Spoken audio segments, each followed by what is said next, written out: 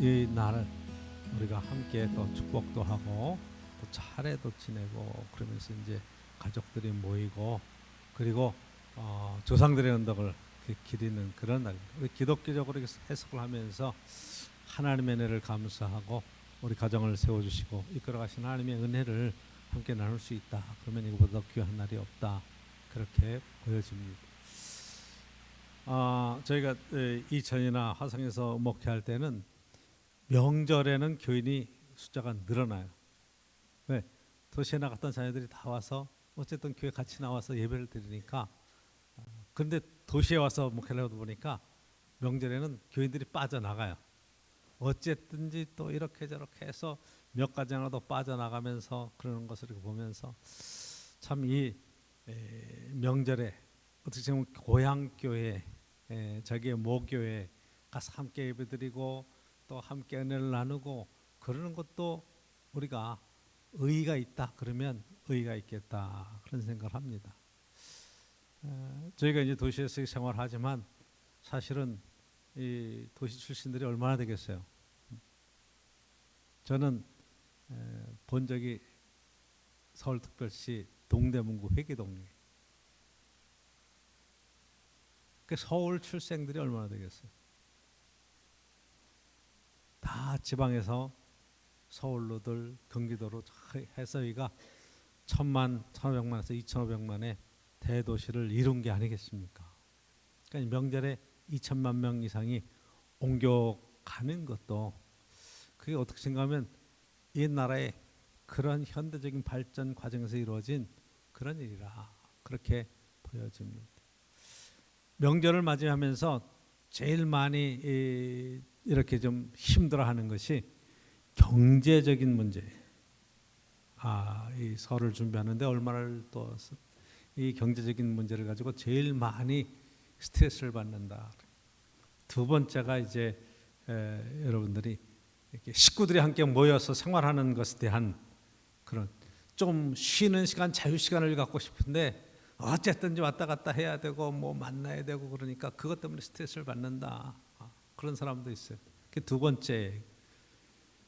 세 번째가 이제 뭐해서 왜 스트레스를 받느냐 보면 이제 다음엔 자꾸 이제 정치적인 얘기하고 뭐 하면 이렇게 논쟁이 붙고 토론이 붙고 막 그래서 오래간만에 만나서도 자꾸만 다툼이 생기고 싸움이 생겨서 스트레스다. 네 번째가 이제 자꾸만 잔소리를 한다는 거예요. 오랜만에 만나서 덕담을 하고 축복을 하면 좋은데 잔소리를 많이 한다. 그러니까 여러분 명절에 지금 이렇게 스트레스 받는 얘기를 쭉 하니까 금방 이해가 되죠? 스트레스 안 받게 하려면 어떻게 해야 돼? 그걸로 반대를 하면 돼요. 그렇죠? 잔소리하지 않고 정치적이나 자기의 주장 강하게 하지 않고 덕담을 하고 서로 위로하고 기쁨과 감사의 표현들만 하면 명절이 즐거울 텐데 경제적으로 큰 부담 없이 서로들 조금씩 나누고 서로 화목하면 좋을 터인데 형제들이 모일 때에도 그렇게 조금씩 해서 이게 명절 음식이라고 너무 크게 하지 않고 함께 한두 가지 더 해서 식사를 나눈다 생각하고 모이면 그것 자체가 즐겁고 감사한 시간들 분명히 여러분 안에서 지혜롭게 이 시간들을 함께 이루어가리라 믿습니다. 요한복음의 말씀들을 저희가 쭉 보고 있습니다. 오늘 11장 보자. 지난주 10장 예수님은 선한 목자시고 우리는 그의 양이라. 오늘 11장에는 이제 나사로에 관한 이야기가 쓰고 있어요. 베다니의 나사로 병들었다. 이게 나병 환자에다 고침받은 나사로 그의 누이 마르다와 마리아. 이 마리아는 예수님의 그런 발에 향유를 붓고 머리털로 눈물로 씻고 머리털로 닦아주었던 그 헌신했던 마리아의 오라비에 관한 이야기예요. 그런데 오늘 말씀에 보면 이렇게 쓰고 있어요. 3절에 보면 이 나사로가 병이 들어서 이 누이들이 마르다와 마리아가 예수님께 사람을 보내는 거예요. 가까운 데 있거든요. 예루살렘에서 이 가까운데. 그렇기 때문에 예수님께 사람을 보내서 당신이 사랑하는 사람 나사로가 병들었습니다. 당신의 사랑하는 사람. 그 사랑하는 자, 예수님의 사랑을 받고 있음에도 불구하고 병 고침을 받았음에도 불구하고 지금 죽게 된 병이 걸린 거예요. 죽게 되었습니다. 병들었습니다. 그랬더니 예수님께서 4절에 뭐라고 얘기하는 거니? 이 병은 죽을 병이 아니라는 거예요. 하나님의 영광을 위한 병이라. 그 앞에도 여러분들이 쭉 말씀들을 볼 때 이 병이 죽을 병이 아니다 하는 얘기를 많이 보셨을 거예요. 중풍병자도 여러분 보시고, 또 혈류병을 앓던 그런 여인도 보시고, 또 맹인에 관한 얘기 눈을 뜨게 하는 그런 사건들 통해서도 이거는 지금 아버지나 이 사람의 죄에 관한 문제가 아니라 하나님이 하시는 일을 나타내고자 하시는 그런 일이라. 그래서 이 병에 관한 해석 자체를 그렇게 지금 하는 거예요. 그리고 예수님이 바로 가서 고쳐주면 될 텐데 안 가시고 미적하고 계세요. 그러다가 야, 나사로가 잔다, 가라, 깨우러 가자. 그랬더니 다 이렇게 자는 줄만 알고 있었는데 나사로가 죽은 거예요. 예수님이 바로 가시질 않고 머뭇머뭇하다가 가시니까 나사로가 죽었어요. 그래서 오늘 본문 17절에 이렇게 쓰고 있죠. 그렇죠? 본문에서 예수께서 나와 보시니 나사로가 무덤에 있은지 이미 나흘이라. 사흘 나흘이 된 거예요. 시간이 그렇게 지나간 거예요. 그러니까 병들었습니다라는 소식을 듣고 바로 죽은 거나 마찬가지. 그렇죠? 그러니까 이 베다니가 예루살렘에서 가까웠기 때문에 예수님이 쭉 가시는 거예요. 그때 마르다가 예수님께 얘기합니다. 예수님께서 여기 계시더라면 오라비가 죽지 않았겠나이다. 이렇게 신앙 고백을 해요. 오라비가 여기 있었다면 죽지 않았겠나이다. 여러분 22절에 뭐라고 얘기한 거니? 그러나 나는 이제라도 주께서 무엇이든지 하나님께 구하시는 것을 하나님이 주실 줄 아나이다. 나는 이제라도 예수님이 하나님께 무엇을 구하면 이룰 줄 믿습니다. 그렇게 고백을 하는 거예요. 대단한 신앙이죠. 오라비가 죽었어요. 좀 오셨으면 죽지 않았을 텐데 안타까워하면서 그래도 하는 얘기가 지금이라도 예수님께서 뭐라고 하나님께 구하면 하나님께서 이루실 줄 믿습니다. 그랬더니 예수님이 하신 대답이 네 오라비가 살아나리라. 23절 이렇게 얘기해요. 네 오라비가 살아나리라. 야, 이걸 어떻게 믿어요? 어떻게 주님 말씀 한마디를 하시든지 어떻게 하든지 살아날 줄 믿습니다. 그런데 그 앞에 여러분 예수님의 사역에 보면 죽은 자를 살리는 이야기들이 많이 나와요. 그렇죠? 과부의 아들을 살리고 12살 된 그런 달리다굼 소녀에 일어나라 그래서 야이로의 딸을 살리고 하는 그런 살리는 이야기들이 다른 복음서에 보면 수두룩하게 나오니까 지금 죽은 자를 살릴 수 있는 능력이 하나님께 있다는 것을 예수님께서 하나님께 무엇인지 구하면 이룰 줄로 제가 믿습니다. 이런 고백을 했던 거죠. 네 오라비가 살아나리라 얘기했더니 마르다가 고백합니다. 그렇죠? 24절에 뭐라고 그래요? 마지막 날에 부활 때에는 다시 살아날 줄 내가 아나이다. 그러죠? 언제 살아난다는 거예요? 지금 아니 부활 때 마지막 때 부활의 날에 살아날 것을 믿습니다. 그렇게 얘기해요. 그랬더니 예수님께서 나는 부활의 생명이니 그 유명한 이야기를 하죠. 나는 부활의 생명이 나를 믿는 자는 죽어도 살겠고 살아서 나를 믿는 자는 영원히 죽지 아니하리니. 그리고 그 뒤에 붙은 말이 이것을 내가 믿느냐. 오늘 동일한 질문을 저는 여러분에게 하고 싶은 거예요. 너는 이것을 믿느냐? 나는 부활의 생명이니. 그렇죠? 나를 믿는 자는 죽어도 산다. 죽어도 산다. 근데 살아서 나를 믿는 자는 영원히 죽지 않는다.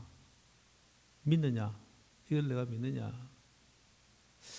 그랬더니 마르다가 신앙 고백을 합니다. 뭐라 그래요?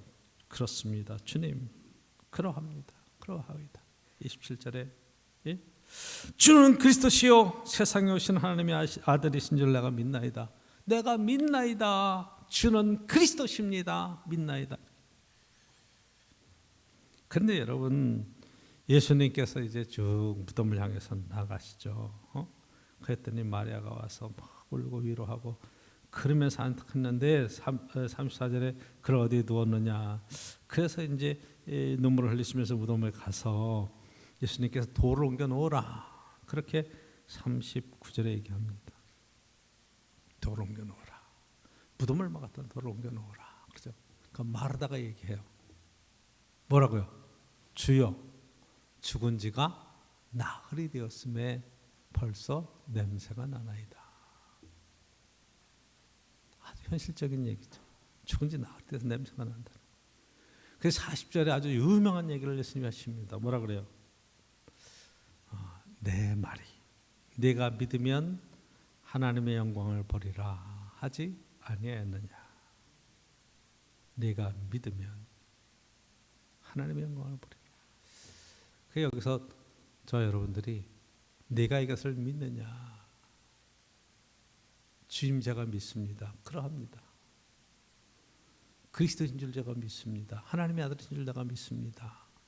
말은 그렇게 했는데 돌을 옮겨 놓으라 하니까 냄새가 납니다.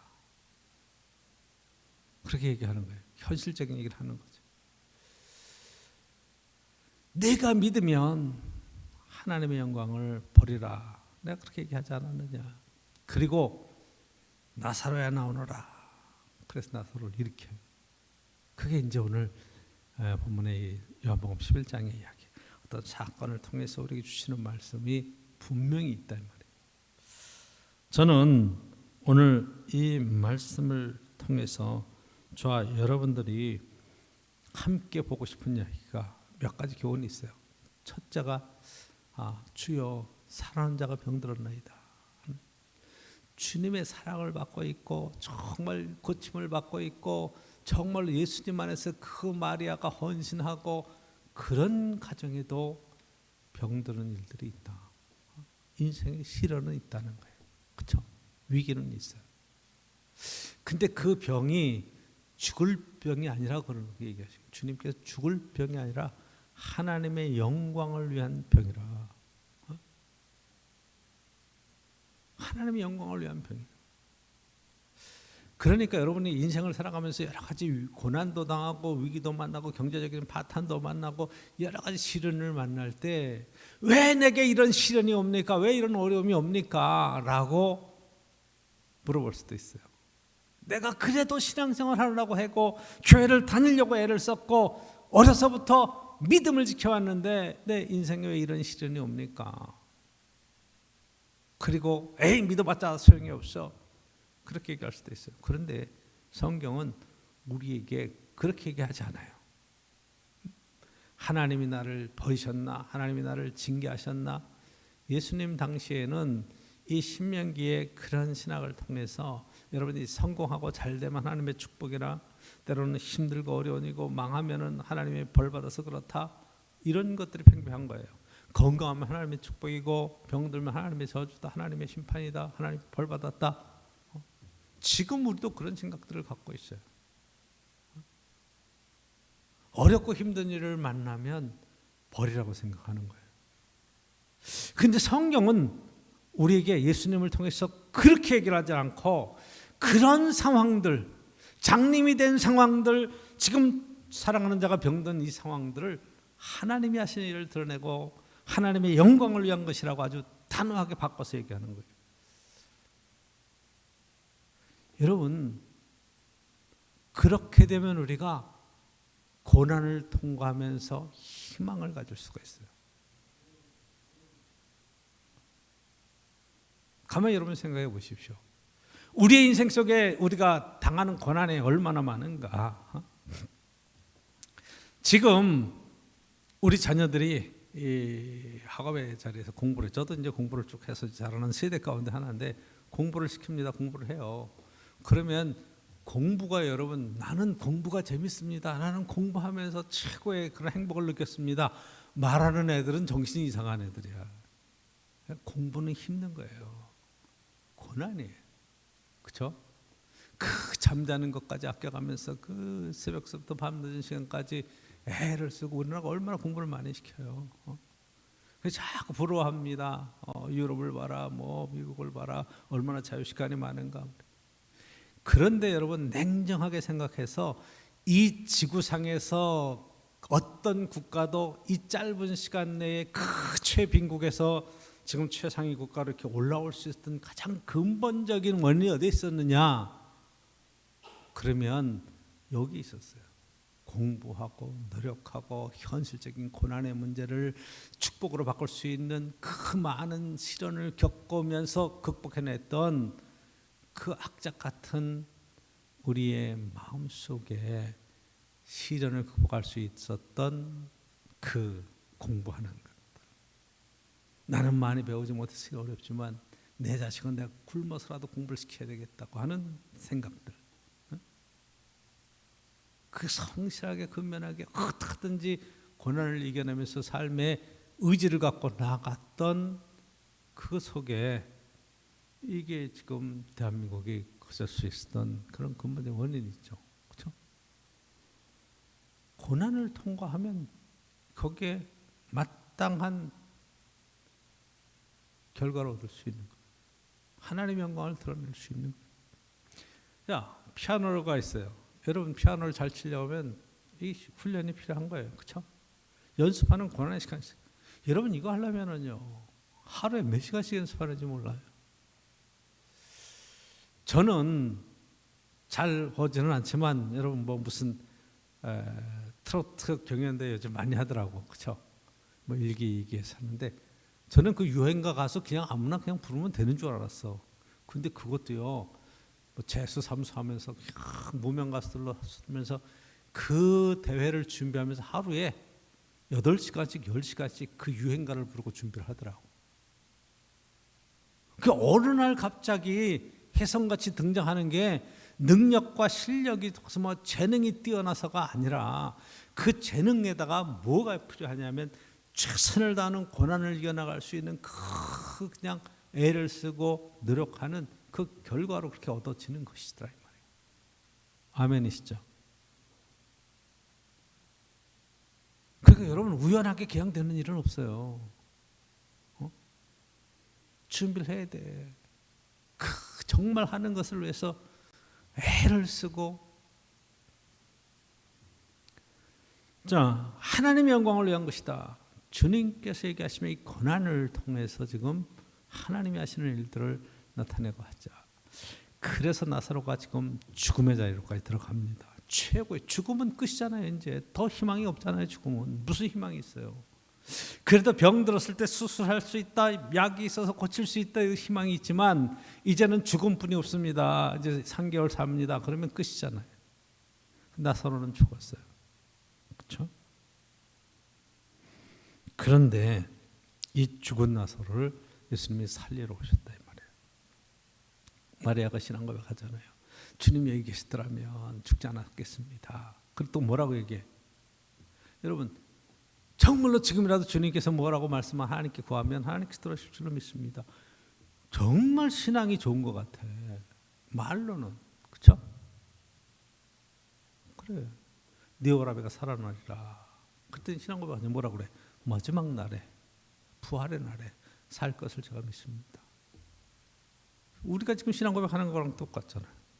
그렇죠? 마지막 날에 나는 부활이요 생명이 나를 믿는 자는 죽어도 살겠고 살아서 나를 믿는 자는 영원히 죽지 아니하리라. 이것을 내가 믿느냐? 내가 믿느냐? 주여 그러하오이다. 주여 정말 그렇습니다. 주는 그리스도시요 살아계신 하나님의 아들이신 것을 내가 믿습니다. 그죠? 다 믿는다고 얘기해. 그런데 여러분 신앙 고백이라고 하는 것이 정말 문제를 만났을 때 현실적인 문제를 만났을 때 그게 신앙의 삶으로 전환될 수 있겠느냐.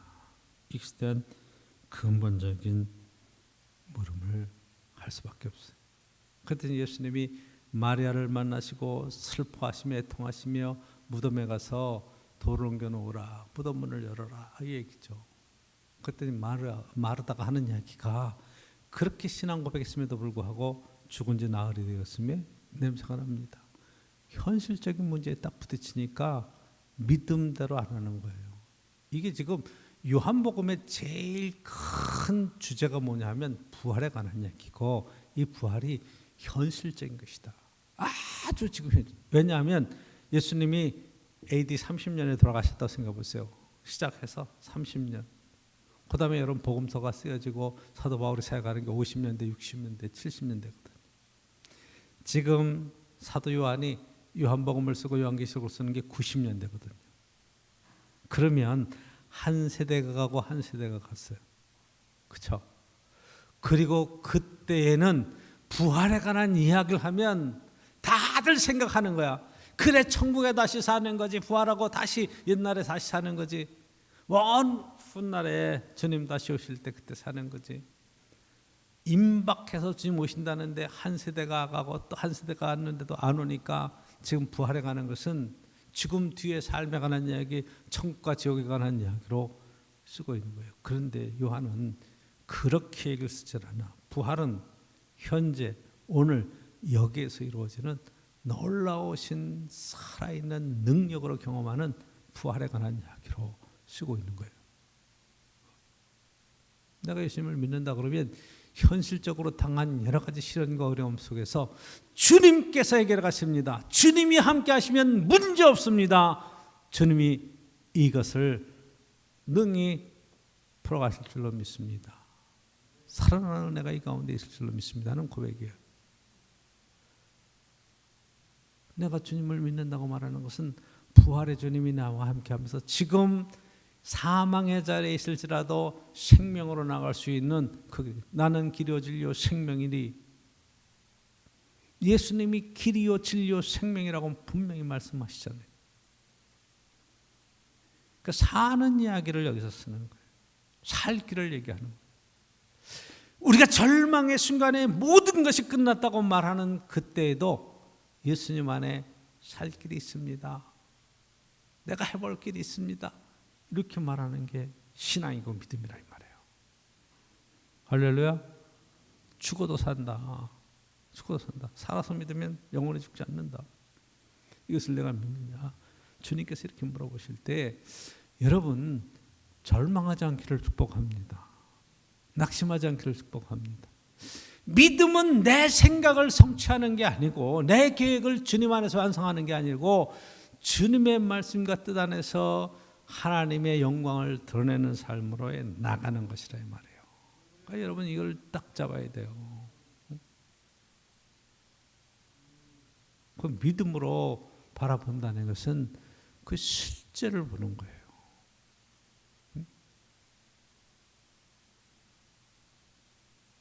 거기에 누가 계세요? 예수님이 계시잖아. 그렇죠? 예수님이 계시잖아. 그러니까 예수님 안에서 지금 이 일을 성취하는 거예요. 그러니까 예수님이 누구신가 하는 신앙 고백이 제대로 돼야 돼.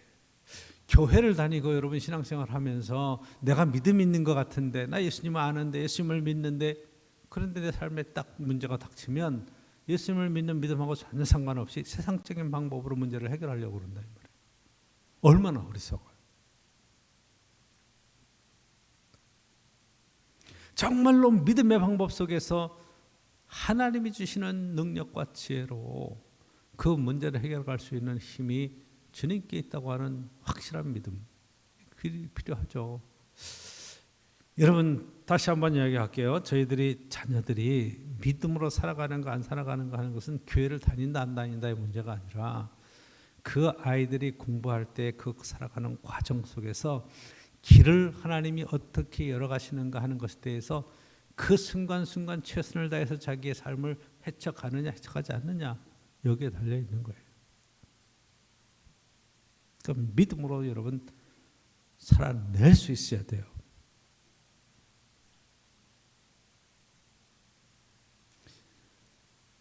좋은 학교 갔다고 좋은 직장 들어갔다고 여러분 그게 인생의 문제를 해결하는 것 같아도 길게 봤을 때 하나님 안에서 우리가 믿음으로 사는 것이 어떤 것인가 여러분들이 그 믿음을 보여줄 수 있어야 돼요.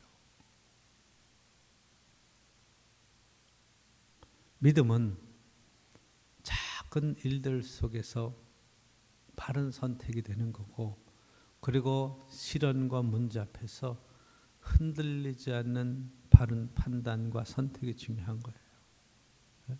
내 감정대로 내가 정말 함부로 그렇게 행동하거나 하고 나서 하나님이 책임져 주시겠지, 그런 차원의 얘기가 아니라 이 말이죠. 네가 이것을 믿느냐? 그러면 주님 세 번째를 본문에서 그렇게 믿음이 있으면 이 돌을 옮겨라. 아멘 올리는 거예요. 주님이 말씀하셨으면 그냥 하는 거예요. 주님 말씀하시면 내가 나아가리다. 주님 뜻이 아니면 멈춰서리다. 주님이 말씀하시면 가는 거예요. 여러분, 만영하고 믿음하고는 다른 거예요.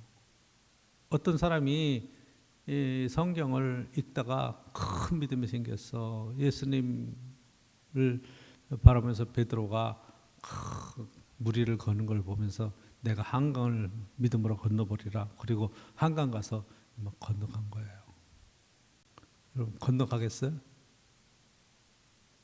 못 건너가죠. 빠지지. 당연히 빠지지. 그래서 물어봤다는 거예요. 주님, 베드로는 되는데 나는 왜 안 됩니까? 야, 베드로는 내가 오라고 그랬고 넌 오라고 그러지도 않는데 네가 건넜잖아. 그러더니 그죠? 베드로를 볼 때 무슨 와라. 주님이 오라고 그랬잖아요.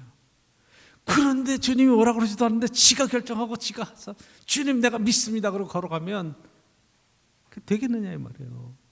그러니까 여러분, 주의 말씀에 귀를 기울여야 돼. 주님이 돌을 옮겨 놓으라. 그러면 아멘 그리고 옮겨 놓으면 거기서 해결되는 거예요. 아, 주님이 죽은 지 나흘이 되니까 냄새가 납니다. 그거 안 됩니다. 예수님께서 베드로가 신앙을 마태복음 16장에 보면 주는 그리스도시요 살아계신 하나님의 아들이십니다. 신앙 고백하잖아요. 바요나 시몬아 내가 복이 있다. 이를 알게 한 분은 사람이 아니라 하나님이시라.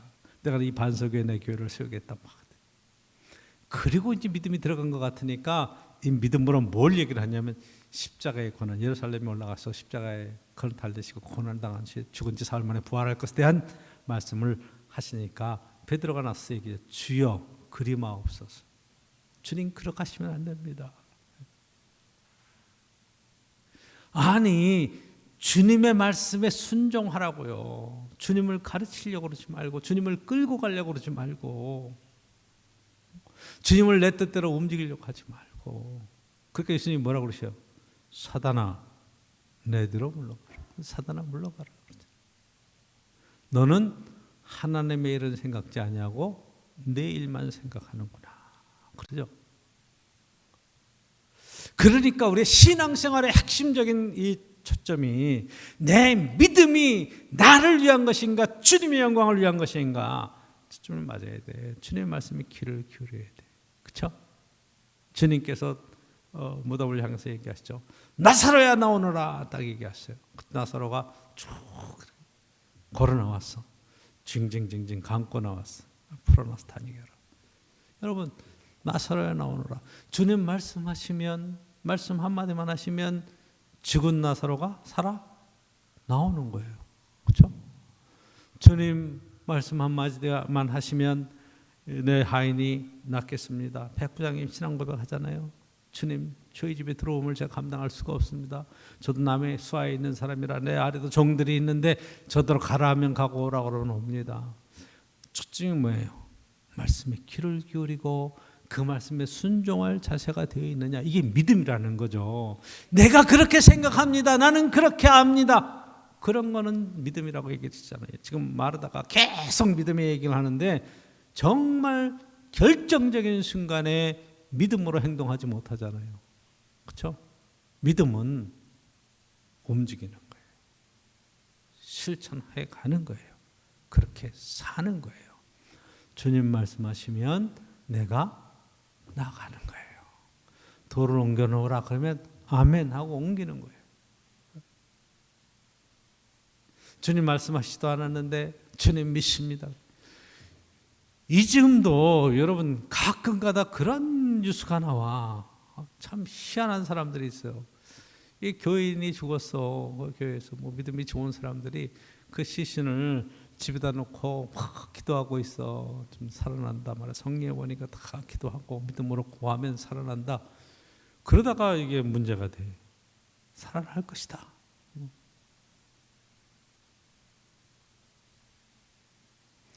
여러분, 굉장히 중요한 것을 지금 우리가 보고 있어요. 어떤 분들이 암에 걸렸어요. 근데 이 암에 걸렸을 때 정말로 주님 앞에 기도해서 고치는 분들도 있어요. 나는 기도해서 고쳤어. 기도원 가서 열심히 기도했더니 암이 싹 다 없어졌어. 가능해요. 왜? 하나님의 능력이 가능하게 하시니까. 그렇죠? 근데 어떤 분은 가서 기도했는데 이게 초기였었는데 2기, 3기로 번졌어. 그래서 6개월 뒤에 의사 선생님이 내가 봤더니 그동안 어디 있었냐고, 뭐 하고 있었냐고, 암이 더 퍼지지 않았냐고.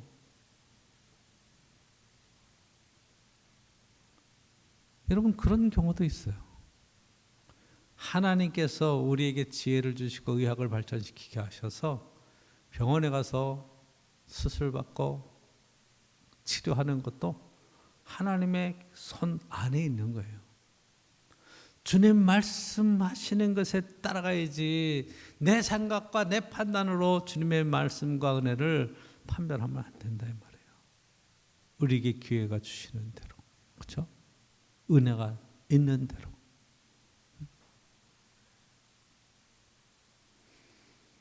수술받고 항암 치료하고 완치되어서 건강하게 또 삶을 사시는 분들도 주변에 얼마나 많은지 몰라요. 그래서 한번 생각해 보세요, 여러분. 병원에서 암을 치료한 사람의 숫자가 많겠어? 기도원에서 암을 치료한 사람의 숫자가 많겠어?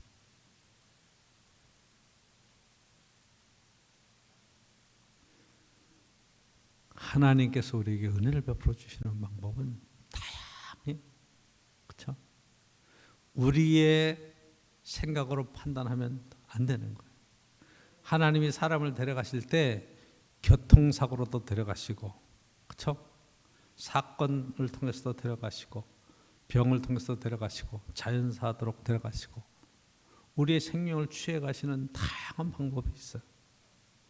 이해하세요? 하나님 이 방법은 안 됐어요. 이건 잘못된 거예요. 이 방법이 돼요. 그렇게 말할 수 있는 사람이 과연 누가 있겠어요? 하나님의 생사화복의 축복은 그것은 하나님의 영역까지 우리가 이래라 저래라 할 수 있는 아니라 이 말이에요. 오늘 우리에게 맡겨주신 삶을 최선을 다해서 믿음으로 고백하고 주님 말씀하시면 제가 순종하겠습니다. 그냥 입술의 고백이 아닌 우리의 삶 전체를 통해서 순종하는 고백으로 오늘도 이 요한 사도가 이야기하는 부활은 뭐냐? 부활이 뭐냐? 죽어도 산다는 것, 살아서 영원히 죽지 않는다는 이 부활이 뭐냐? 지금도 부활하시고 우리 가운데 함께 해주셔서 우리의 생명을 축복으로 이끌어 가시는 놀라운 은혜에 관한 이야기를 볼 수 있기를 원합니다. 그래서 예수님께서 내 말이 내가 믿으면 하나님의 영광을 보리라 하지 아니했느냐? 믿으면 뭘 본다? 하나님의 영광을 본다. 그렇죠? 그래서 여러분 열심히 공부해도 하나님의 영광을 위해서, 열심히 피아노를 쳐도 하나님의 영광을 위해서, 저 여러분의 신앙생활로 인생을 살아가는 모든 일들을 통해서도 하나님의 영광이 드러나는 그런 일들이 되면 믿음으로 사는 게 틀림이 없어요. 오늘도 하나님의 영광을 멋지게 드러내시며 주님 동행하시는 귀한 삶을 함께 살아낼 수 있기를 간절히 축원합니다. 기도를 하겠습니다. 아버지 하나님, 저희들이 어디 무엇을 하든지 주님 동행하시며 정말로 우리의 믿음의 고백을 통해서 주님 하시는 놀라운 일들, 하나님의 영광을 드러내는 일들을 함께 나눌 수 있기를 소망합니다. 내 마음대로, 내 판단대로, 내 욕심대로 인생을 살아가는 것이 아니라 주님의 말씀에 순종해 가면서 하나님의 뜻이 온전히 우리 인생 속에 이루어지는 그 은혜를 볼 수 있게 하옵소서. 때로는 시련도, 때로는 죽음에 이르는 공포도 이 일이 하나님의 영광을 위한 것이라면 감사함으로 믿음으로 나아갈 수 있게 하옵소서. 오늘도 감사드리고 이 명절에 우리들이 만나는 모든 사랑하는 식구들과 함께 부활의 주님 동행하시며 큰 은혜 가운데 우리가 행하는 모든 일들 속에 하나님 깨달음의 축복을 주시고 말씀 가운데 순종하며 기적을 경험하는 복된 날이 되게 하옵소서. 예수님의 이름으로 기도드리옵나이다. 아멘. 162장 찬송 드립니다.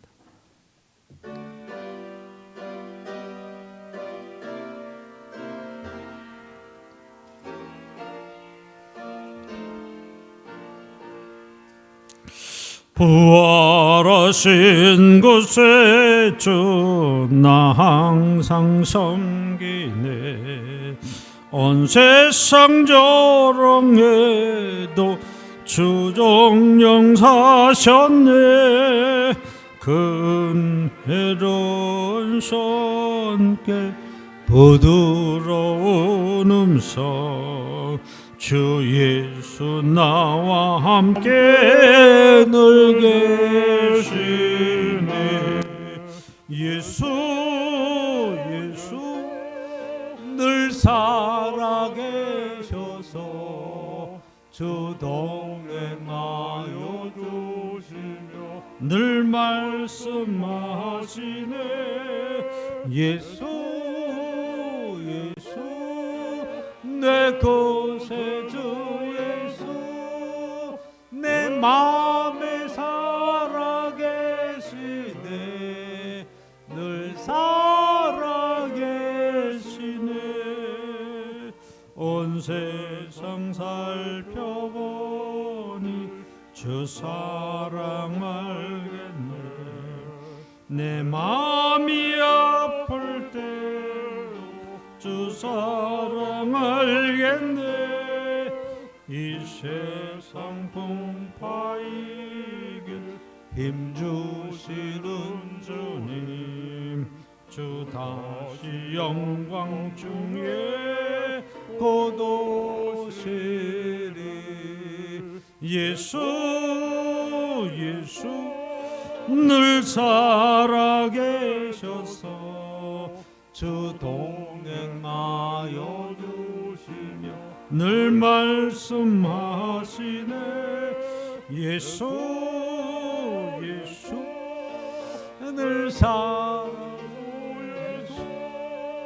내 마음에 살아계시네. 늘 살아계시네.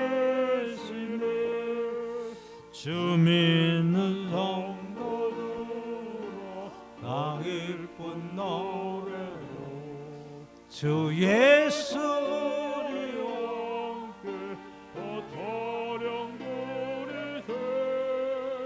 이 세상 소망이요 참 친구들 되신 주 예수 나와 함께 노력하세. 예수 늘 살아계셔서 주 동행하여 주시며 늘 말씀하시네. 예수 내 곳에 주 예수 내 마음에 살아계시네. 늘 살아계시네.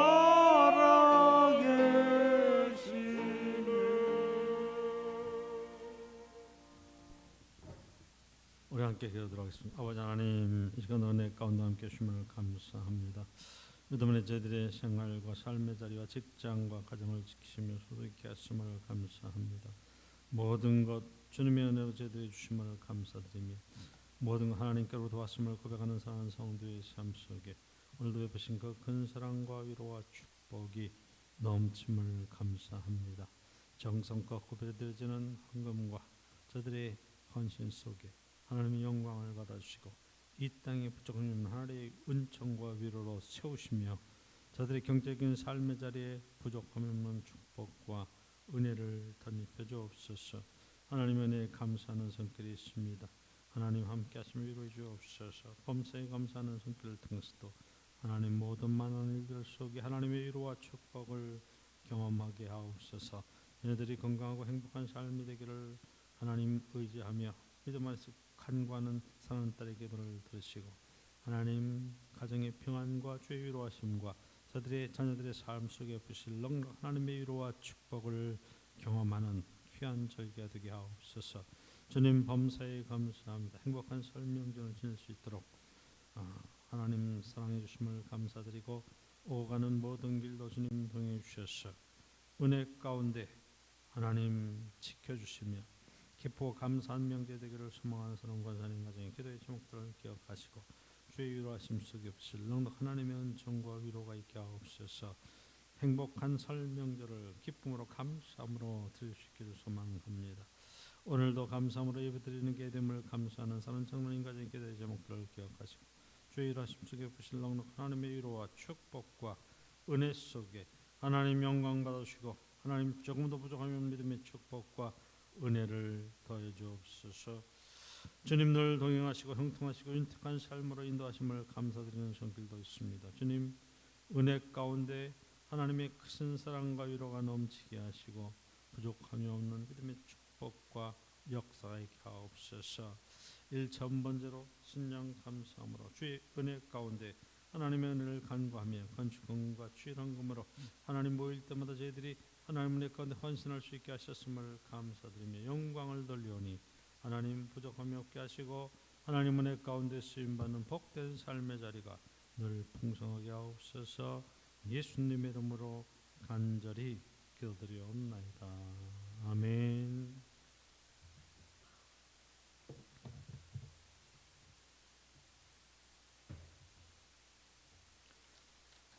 몇 가지 알리는 말씀 여러분 함께 볼 수 있기를 원하고요. 1월 목회 일정들 쭉 나와 있는 것을 진행하는 가운데 있습니다. 설 명절 중보기도 우리가 네 번째 한번 보시면 김복수 권사님, 윤복 권사님 이제 설을 맞이해서 이제 퇴원해서 집에 와 계십니다.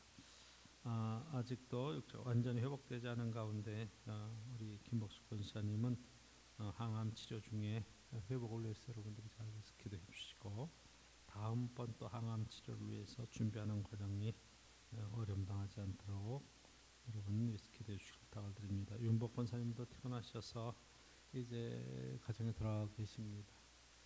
회복하시는 대로 함께 예배드릴 수 있는 귀한 시간이 함께 하실로 믿습니다. 다섯 번째로 보면 이임 그랬는데 지난 주일날 인사교육회 때 김영광 목사님, 부목사님 중부연회로 옮겨가셨습니다. 그에 가는 길에 하나님의 위로가 있기를 원하고요. 여섯 번째 설 명절 그래서 1월 21일 토요일 지난 토요일 어제부터 24일 화요일까지 행복한 명절 잘 여러분 보내시길 원하고 설에 드린 예배 순서지 지난주에 나눠드렸지만 혹시 더 필요하시면 뒤에 있으니까 가져가 주시기 부탁을 드리고요. 일곱 번째로 새벽 기도회 설 명절 동안에는 교회에서는 모이지 않고 밴드의 말씀을 올리는 것으로 여러분 대신할 테니까 화요일날 아침까지는 그렇게 여러분들이 잘 활용해 주시기를 부탁을 드립니다. 자, 마지막 찬양 620장 다 함께 넣어서 힘차게 하시고 한 주간도 주안에서 승리해 가시기를 축복합니다.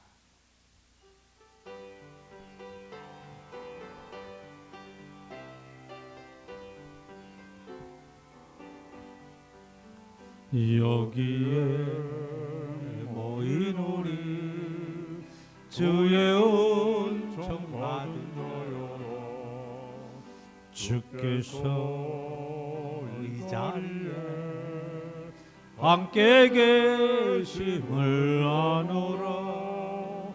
언제나 주님만을 찬양하며 따라가리니 시험을 당할 때도 함께 계심을 믿노라. 이 믿음도 굳세라 주가 지켜주신다. 어둠 밤에도 주의 밝은 인도하여 주신다. 여기에 모인 사랑받는 주의 자녀라 주께서 뜻하신 바 우리 통해 펼치신다 고통과 슬픔 중에 더욱 주님 의지하오니 어려움 이겨내고 주님도 찬양하라 이 믿음도 굳세라 주가 지켜주신다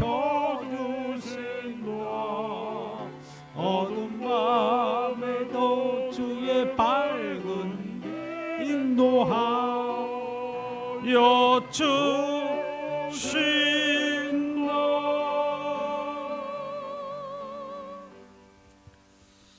이제 우리 주 예수 그리스도의 은혜와 하나님의 그 크신 사랑하심과 성령님의 인도하심이 하나님 믿음의 고백을 통해서 온전한 삶의 능력으로 세상을 변화시키기를 소망하는 사는 성도의 삶 속에 오늘도 영원히 동행하시기를 간절히 축원하옵나이다. 아멘.